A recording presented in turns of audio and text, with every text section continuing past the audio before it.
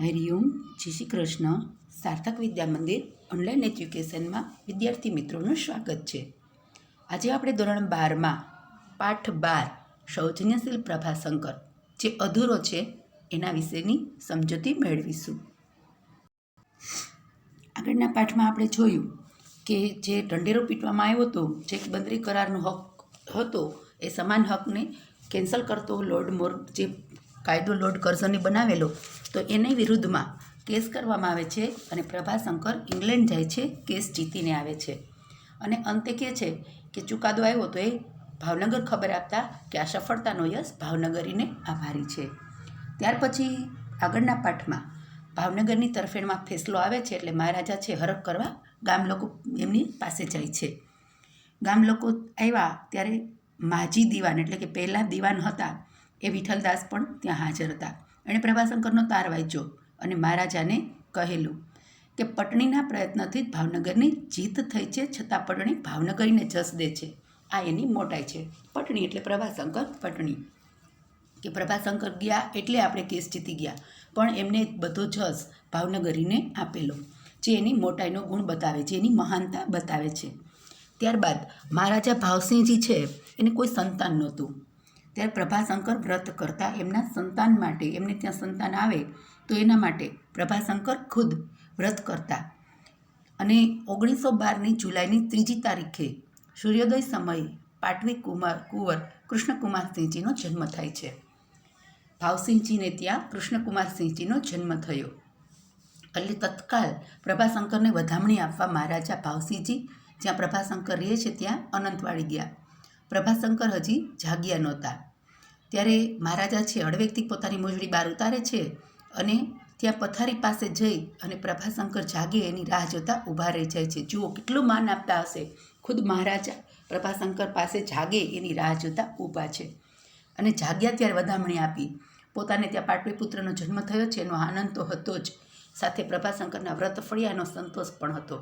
અને વધામણી આપતા મહારાજા છે એ ગદગદિત થઈ ગયેલા. પ્રભાશંકરને કારણે પોતાને ત્યાં કુંવરનો જન્મ થયો એટલે મહારાજા ખુદ જાય છે વધામણી આપવા. અને વધામણી આપતા આપતા પ્રભાશંકરનું વ્રત ફળ્યું એનો સંતોષ હતો, આનંદ હતો, એટલે હર્ષથી ભાવવિભોર બની ગયેલા મહારાજા ત્યાં પ્રભાશંકર પાસે જાય છે. 1912માં કૃષ્ણકુમારનો જન્મ થયો અને 1919માં ભાવસિંહજીનું અવસાન થઈ જાય છે. 1919માં દેવ થયા એટલે કે મૃત્યુ પામી ગયા. જ્યારે પ્રભાશંકરને દિવાન પદમાં મૂકવામાં આવ્યા ત્યારે ભાવસિંહજી હતા, પણ ભાવસિંહજીનું અવસાન થતાં હવે ભાવનગરનું શું થશે એ બધી આગળની વાત હવે આવશે કે શું ઈચ્છા હતી ભાવનગરના મહારાજાની, પ્રભાશંકર ઉપર શું એને આશા હતી. એટલે પ્રભાશંકર ઇન્ડિયા કાઉન્સિલના સભ્ય હતા ત્યારે ઇંગ્લેન્ડમાં હતા અને જે હિન્દના કોઈ પ્રાંતના ગવર્નર પદે એને મૂકવા એવું બ્રિટિશ સરકાર વિચારતી હતી. પણ ભાવનગરના પ્રજાજને અને રાજ્ય કુટુંબે બાળ મહારાજાની સંભાળ રાખવા અને રાજ્યનો વહીવટ કરવા પ્રભાશંકરને નિયુક્તિ કરવા આ પત્ર તારથી એને જાણ કરવામાં આવે છે. હવે જુઓ, અહીંયા મહારાજા દેવ થઈ ગયા છે. બ્રિટિશ સરકાર પ્રભાશંકરને એક ગવર્નર પદ આપવા માંગે છે, પણ ભાવનગરની પ્રજા એવું ઈચ્છે છે કે મહારાજા છે કૃષ્ણકુમારજી એ બાળ મહારાજા છે, એટલે એનો દેખભાળ રહી શકે, એની સંભાળ રાખવી અને ભાવનગરના રાજ્યની પણ સંભાળ રાખવી, આ કાર્ય પ્રભાશંકર કરે. એટલે વૈભવ ભરેલું ઉજળું પદ છોડીને પ્રભાશંકર છે એ આ ભાવનગરનું પદ નહીં સ્વીકારે એવું સરકાર માનતી હતી. જે વૈભવ ભરેલું ગવર્નરનું પદ મળે છે તો એ કોઈ દિવસ પ્રભાશંકર છોડે નહીં એવું સરકાર માનતી હતી. પણ હવે જ્યારે આ બે વચ્ચે પસંદગી કરવાનું કહેવામાં આવે છે પ્રભાશંકરને, ત્યારે ભાવનગર રાજ્યનું વાલીપણું સ્વીકારે છે. વાલીપણું એટલે બાળ મહારાજાની સંભાળ રાખવાનું કાર્ય એ સંભાળે છે. હવે કારણ પૂછવામાં આવ્યું કે આટલું ઊંચું પદ તમને મળતું હતું તો તમે આ શું કામે નહીં આવું પદ લીધું ભાવનગરની પ્રજાની દેખરેખ રાખવાનું, ત્યારે કહે છીએ કે ભાવસિંહજી મહારાજાની ઈચ્છા હતી કે પાટવી કુંવરનો મારા હાથ નીચે ઉછેર થાય, એટલે અત્યારે નામદાર હયાત નથી તો મારી પહેલી ફરજ છે કે મારે આ કાર્ય સ્વીકારવું જોઈએ. જો અત્યારે પ્રભાશંકર છે કદાચ ધારત તો ભાવનગર છોડી પણ દઈ શકત, પણ ના, જેને કારણે પોતે આટલા આગળ આવ્યા એ મહારાજાનો જે ઉપકાર છે પોતાની ઉપર અને મહારાજાની જે ઈચ્છા છે, મહારાજા જે એને આદરમાન આપતા હતા એનું એને સન્માન કર્યું અને ભાવનગર રોકાઈ ગયા. પછી તેઓ ભાવનગર રાજ્યના એડમિનિસ્ટ્રેટરના પદે આવ્યા. હિન્દભરના દેશી રાજ્યોના એકમાત્ર ઉત્તમ સલાહકાર બન્યા. એડમિનિસ્ટ્રેટર એટલે સલાહકાર. 1930-31માં કાશ્મીરના મહારાણાએ રાજ્યના પ્રશ્ન અંગે સર પ્રભાશંકરને આમંત્રિત સલાહ લીધી અને એનું પરિણામ ઘણું સરળતાથી એને મળી ગયું. હવે કાશ્મીરના મહારાજા જ્યારે મળે છે પોતાના પ્રશ્ન માટે, ત્યારે પ્રભાશંકરની મંત્રણાથી એનો સરળતાથી ઉકેલ આવી જાય છે. જે પ્રશ્નો હતા એ પ્રશ્ન પૂરા થઈ જાય છે. એટલે મહારાણા છે એ એની પાસે એક ઓફર મૂકે છે કે ભાવનગર ખાબોચિયા જેવું છે, આપના માટે નાનું છે, આપ કાશ્મીરને પોતાનું કરો, હું માસિક 5,000થી ઓછા નહીં આપું અને આપની યોગ્ય કદર કરીશ. 1930-31માં 5,000 રૂપિયા એટલે બહુ મોટી રકમ કહેવાતી. તો ત્યારે આવડી મોટી ઓફર મળેલી ત્યારે મહારાજાએ, કાશ્મીરના મહારાણાએ જે ઓફર આપી હતી એટલે એને વિશ્વાસ હતો કે આ પ્રભાશંકર છે ભાવનગર છોડી દેશે અને કાશ્મીર આવશે. પ્રભાશંકરે કહ્યું, આપ મારા પર વિશ્વાસ ન રાખો તો હું આવું. હવે કહે છે કે તમે મારી પર વિશ્વાસ ન મૂકો તો હું તમારું કાશ્મીરનું જે કાંઈ કામ છે એ સંભાળો. ત્યારે પૂછે છે કે આવી શરત કેમ મૂકો છો? એટલે પ્રભાશંકર કહે છે કે ભાવનગરના મહારાજાએ ભાવસિંહે મને આગળ આણ્યો એટલે એને કારણે હું અત્યારે આ પદ ઉપર છું. ભાવનગરના મહારાજાના કારણે હું આ પદ ઉપર છું, અત્યારે નથી. તો એનું સંતાન મને સોંપતા ગયા. તો હું સત્તાને ધનને લોભે બધું ભૂલીને ફગાવીને કાશ્મીર આવું તો હું કાશ્મીર રાજ્યને વફાદાર રહી શકીશ એવો વિશ્વાસ આપ મારી પર કેમ કરી શકો? જેને કારણે હું અત્યારે આ પદ ઉપર છું, જો એનો હું વિશ્વાસઘાત કરી શકું અને કાશ્મીર આવું તો તમારે મારી પર વિશ્વાસ ન કરવો જોઈએ. તમારાથી કોઈ મોટી ઓફર આવે તો હું તમારું કાશ્મીર પણ ફગાવી શકું. એટલે આવી રીતે ઓફરને ઠુકરાવે છે. શ્રી પ્રભાશંકરમાં નિઃસ્પૃહતા, નિરાભિમાનપણા સાથે સત્યનિષ્ઠા અને પરહિત સાધકતા હતા. આ અંગે પરિચયમાં જે કોઈ આવતા, રંગ હોય કે રાજા, નોકર હોય કે બ્રિટનના મહાન અમલદાર, બાળક હોય કે મોટી ઉંમરના, દરેકને પટણીજી પોતાના જ લાગતા. એટલી કુશળતા તેમની સાથે વાત કરતા કે જાણે પ્રભાશંકર એમના જ કોઈ ખાસ સ્નેહીજન છે. એમનું વિશાળ હૃદય અને વાત સમજાવવાની સ્વાભાવિક કુશળતાને લીધે અંગ્રેજ અમલદારોના ઉપરીઓ તરફથી એને સલાહ આપવામાં આવતી. હવે અમલદારો છે એને ઉપરી અધિકારીઓ તરફથી સલાહ આપવામાં આવતી કે તમે જે કોઈ મતભેદ કરો, પ્રભાશંકર સાથે વાદ વિવાદમાં ઉતરો તો કાગળ ઉપર જ વાદ વિવાદ કરજો, ક્યારેય રૂબરૂ મળતા નહીં. જો રૂબરૂ મળશો તો એ તમને એના મતના કરી નાખશે. એટલે કે પ્રભાશંકરમાં એવી આવડત હતી કે સામાન્ય માણસને પોતાનો કરી શકતા, પોતાની વાત એની પાસે એ સમજાવીને પણ મનાવી શકતા. એટલે અંગ્રેજ અમલદારો ઉપરી અધિકારીઓ એવી સલાહ આપતા કે પ્રભાશંકર સાથે મતભેદ કરવો હોય તો કાગળ ઉપર જ લડવું, રૂબરૂ ક્યારેય વાત ન કરવી. પૂજ્ય ગાંધીજી પ્રભાશંકર રાજકોટ હાઈસ્કૂલમાં સાથે ભણતા, ત્યારથી તેમની પીછાણ. હવે પ્રભાશંકર અને ગાંધીજી હાઈસ્કૂલમાં રાજકોટમાં સાથે ભણતા હતા ત્યારથી બંનેની ઓળખાણ હતી. પીછાણ એટલે ઓળખાણ હતી. ગાંધીજી આફ્રિકા હતા ત્યારે એના કાર્યથી પ્રભાશંકર વાકેફગાર હતા. હિન્દ પાછા આવે છે એટલે બંને ગાઢ મિત્રો બની જાય છે. પ્રભાશંકર ગાંધીજી પ્રત્યે માનથી જોતા, છતાં પોતાને સત્ય લાગતી વાત એમને કહી દેતા. કોઈ પણ હોય એને સત્ય વાત જણાવવી એ પ્રભાશંકરનો એક ગુણ હતો. 1923માં સત્યાગ્રહની લડતને નામે હિંસક તોફાનો થાય છે ત્યારે ગાંધીજીને રૂબરૂ મળીને એ વાત સમજાવે છે. સત્યાગ્રહને નામે હિંસક તોફાનો થાય છે. આવા તોફાનથી આપણા અહિંસક સત્યાગ્રહના મૂળમાં ઘા થાય છે, આપણી પ્રતિષ્ઠા ઘટે છે, માન ઘટે છે, જગતની આંખે આપનું કાર્ય દંભરૂપે દેખાય તેવું બને છે.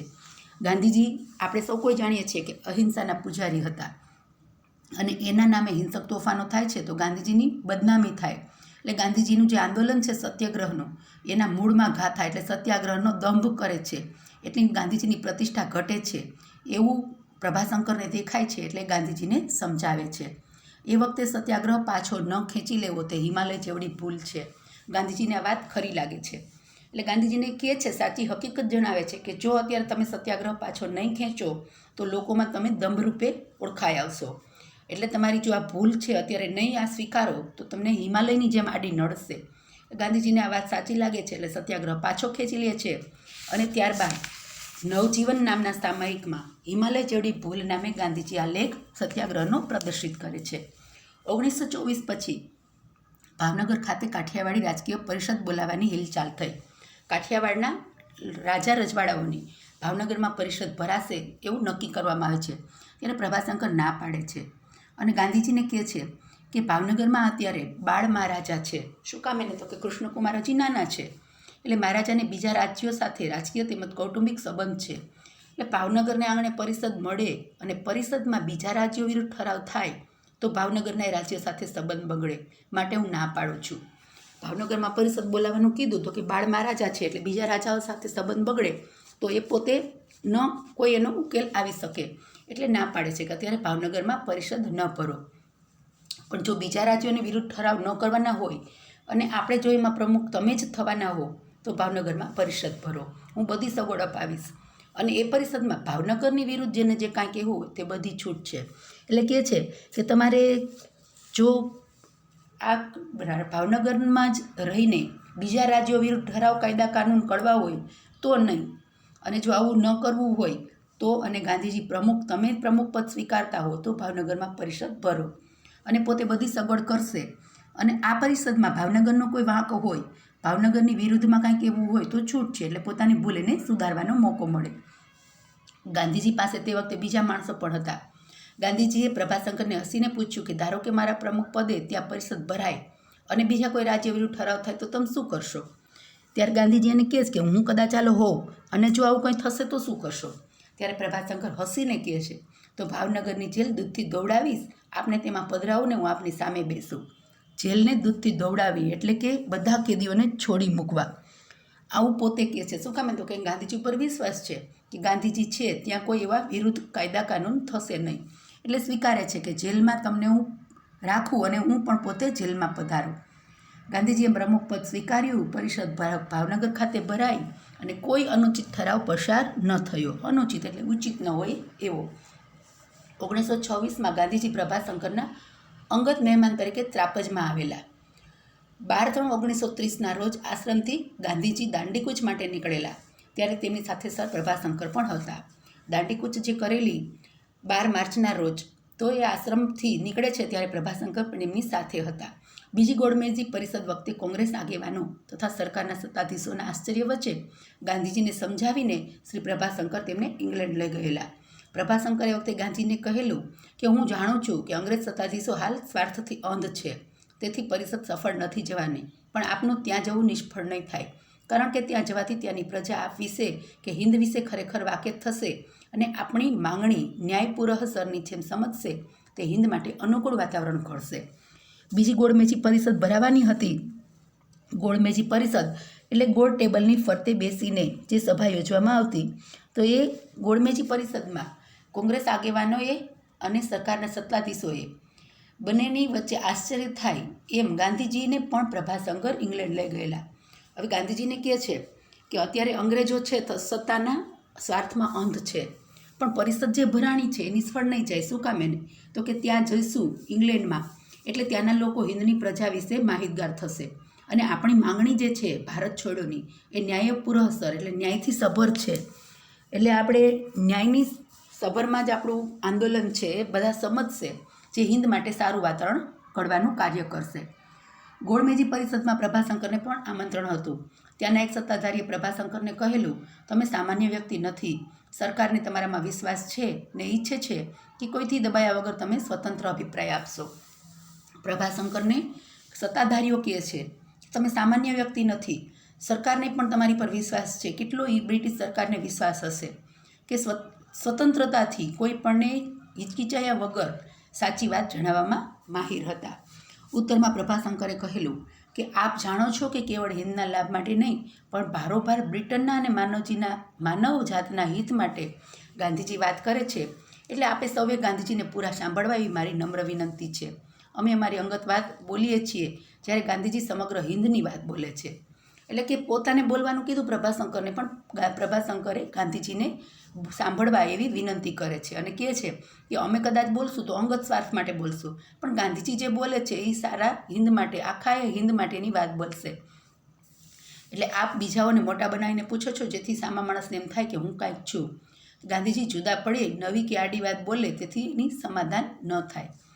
એટલે કહે છે કે તમે કોઈ બીજાને મોટા બનાવશો તો એને એમ થાય કે મને જ પૂછ્યું, એને અભિમાન આવી જશે, પણ ગાંધીજી એવા નથી.